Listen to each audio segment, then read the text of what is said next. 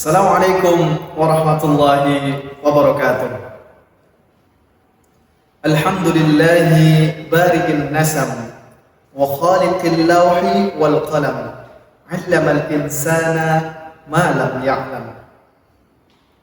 Ahmaduhu ta'ala wa ashkuruh wa atubu ilaihi wa astaghfiruh. Ashhadu an la ilaha illallah ar-rabbul a'azzul akram. Wa ashhadu anna Muhammadan abduhu wa rasuluh al-mustafa al-mab'uts wa huwa al-hadi ila as-sabilil aqwam. Alhamdulillahirabbil alamin. Segala puji bagi Allah Subhanahu wa taala yang mana telah menciptakan langit tanpa tiang pancang, yang telah menciptakan bintang tanpa gantungan, dan dialah yang telah menciptakan luasnya lautan tanpa semen cocoran. Itulah gambaran betapa luas nikmat Allah Subhanahu wa taala yang terus menerus, yang selalu diberikan kepada hambanya tanpa diminta.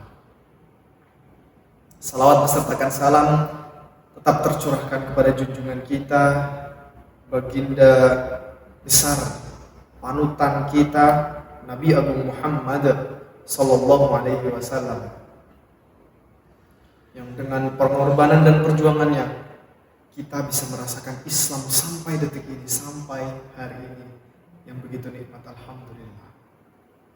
Mari kita bersalawat sejenak. Allahumma salli wa sallim ala sayyidina Muhammad. Allahumma salli wa sallim ala sayyidina Muhammad. Allahumma salli wa sallim wa barik ala sayyidina Muhammad wa ala ali sayyidina Muhammad. Izinkan saya, Muhammad Yabki Nur Cahyo. Saya berasal dari Banjarnegara dan saya menempuh pendidikan di kampus Politeknik Bumi Akpel Semarang, salah satu kampus pelayaran yang berdiri kokoh di Bumi Bendan, Kota Semarang, Jawa Tengah. A'udzu billahi minasy syaithanir rajim. Bismillahirrahmanirrahim. الذين آمنوا وتطمئن قلوبهم بذكر الله ألا بذكر الله تطمئن القلوب ألا بذكر الله تطمئن القلوب ألا بذكر الله تطمئن القلوب. Shadaqallahul azim. Yaitu orang-orang yang beriman dan mereka tenang hatinya dengan mengingat Allah. Karena sesungguhnya hati akan tenang dengan mengingat Allah, dengan berzikir hati akan tenang. Demikianlah Allah memberikan sebuah kunci. Sebuah kunci agar kita dapat membuka pintu-pintu ketenangan. Dengan apa? Dengan satu, selalu mengingat Allah, selalu berzikir kepada Allah. Itulah kunci ketenangan dalam hidup yang harus kita pegang. Masalah akan selalu datang bertubi-tubi, cobaan akan selalu menghampiri kita kapanpun dan dimanapun. Itulah kehidupan. Itulah yang dinamakan dinamika kehidupan. Kita tidak akan bisa menghindarinya. Walaupun dari kecil, muda, dewasa hingga tua nanti, kita tidak akan pernah bisa untuk menghindari masalah dan cobaan tersebut. Tugas kita hanya berjuang, menyelesaikan masalah, menuntaskan, dan menghadapi cobaan tersebut. Apa sebenarnya yang kita butuhkan agar kita selalu dapat mengatasi masalah dan bisa menghadapi cobaan? Hanya satu, ketenangan jiwa, kesehajaan jiwa, dan ketenangan hati. Itulah yang sebenarnya kita butuhkan. Dan Allah tadi memberikan kunci dalam ayat tersebut. Ala bidzikrillahi tatma'innul qulub. Sesungguhnya dengan berzikir kepada Allah lah yang akan membuat hati dan jiwa kita tenang, jiwa kita bersahaja. Masalah besar pasti datang, cobaan yang hebat pasti akan datang. Tapi cobalah kita ingat satu petikan kalimat ini. Kerdilkan masalahmu dengan kelapangan dan kesahajaan hatimu. Jangan kau kerdil jiwamu karena suatu masalah yang besar, tapi kerdilkan masalah itu dengan kelapangan hati kita. Kelapangan hati akan didapat dengan selalu mengingat Allah. Bagaimana cara mengingat Allah? Selalu meminta pertolongan kepada Allah. Ihdinas siratal mustaqim. Selalu meminta petunjuk, meminta pertolongan. Setiap ruas jari, setiap mata yang berkedip, setiap lisan yang berbicara dari Allah. Urat-urat yang bergerak, nadi yang berdenyut, semuanya dari Allah, ciptaan Allah, ada di genggaman Allah. Hati kita pun demikian. Hati kita yang kita nantikan ketenangannya ketika menghadapi masalah, semuanya digenggam oleh Allah, semuanya milik Allah. Maka selalu minta petunjuk. A'udzu billahi minasy syaithanir rajim. Bismillahirrahmanirrahim. Wa idza sa'alaka 'ibadi 'anni fa inni qarib. Ujibu da'watad da'i idza da'ani falyastajibu li wal yu'minu bi la'allahum yarshudun. Dan tatkala kaum menanyakan tentang aku, wahai Muhammad, jawablah bahwasanya aku dekat. Aku akan mengabulkan doa orang yang berdoa kepadaku Allah. Maka hendaklah kamu berdoa dan beriman agar kamu mendapat petunjuk. Suatu tanda banyak Allah memberikan kunci kepada kita ketika kita mau berserah diri, ketika kita mau meminta petunjuk dari Al-Quran. Banyak sekali Allah berikan kunci-kunci untuk bisa tenang dalam menghadapi masalah. Sebesar gunung apapun masalah itu, seluas apapun cobaan yang menghadang, kita akan tetap tenang.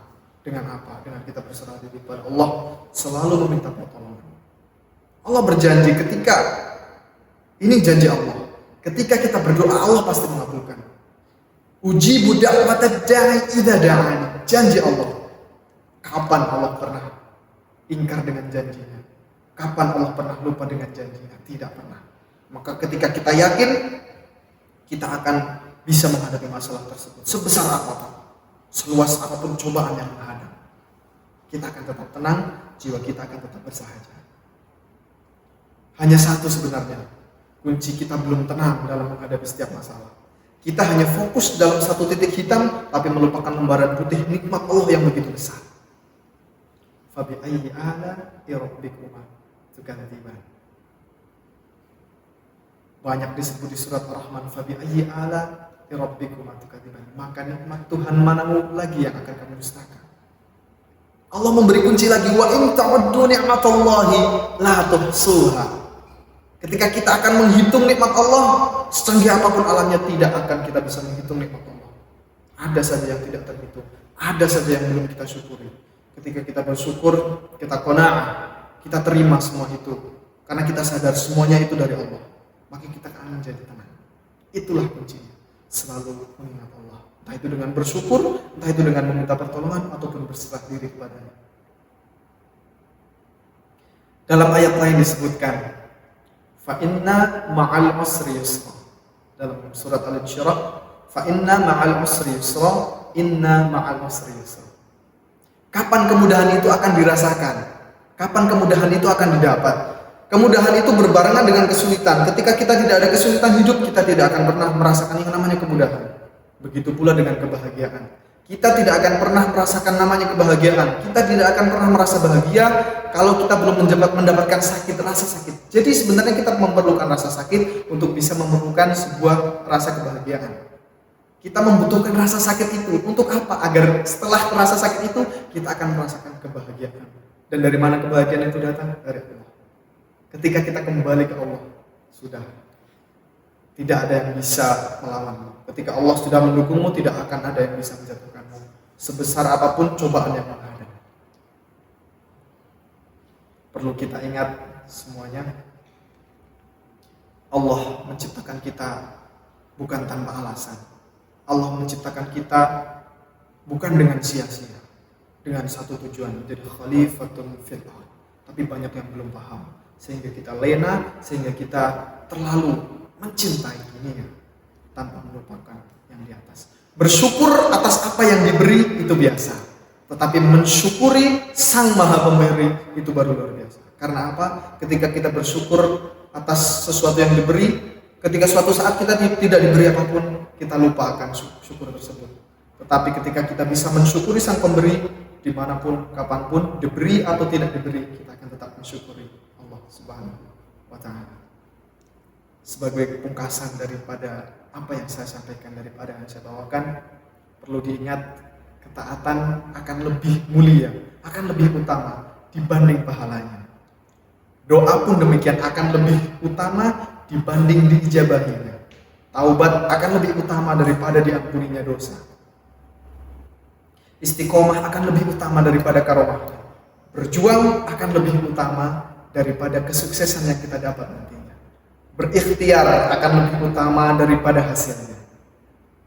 Cinta Nabi Muhammad SAW akan lebih utama daripada kita bersolawat, dan tentunya berbakti kepada kedua orang tua akan lebih utama daripada kita jihad fi sabilillah.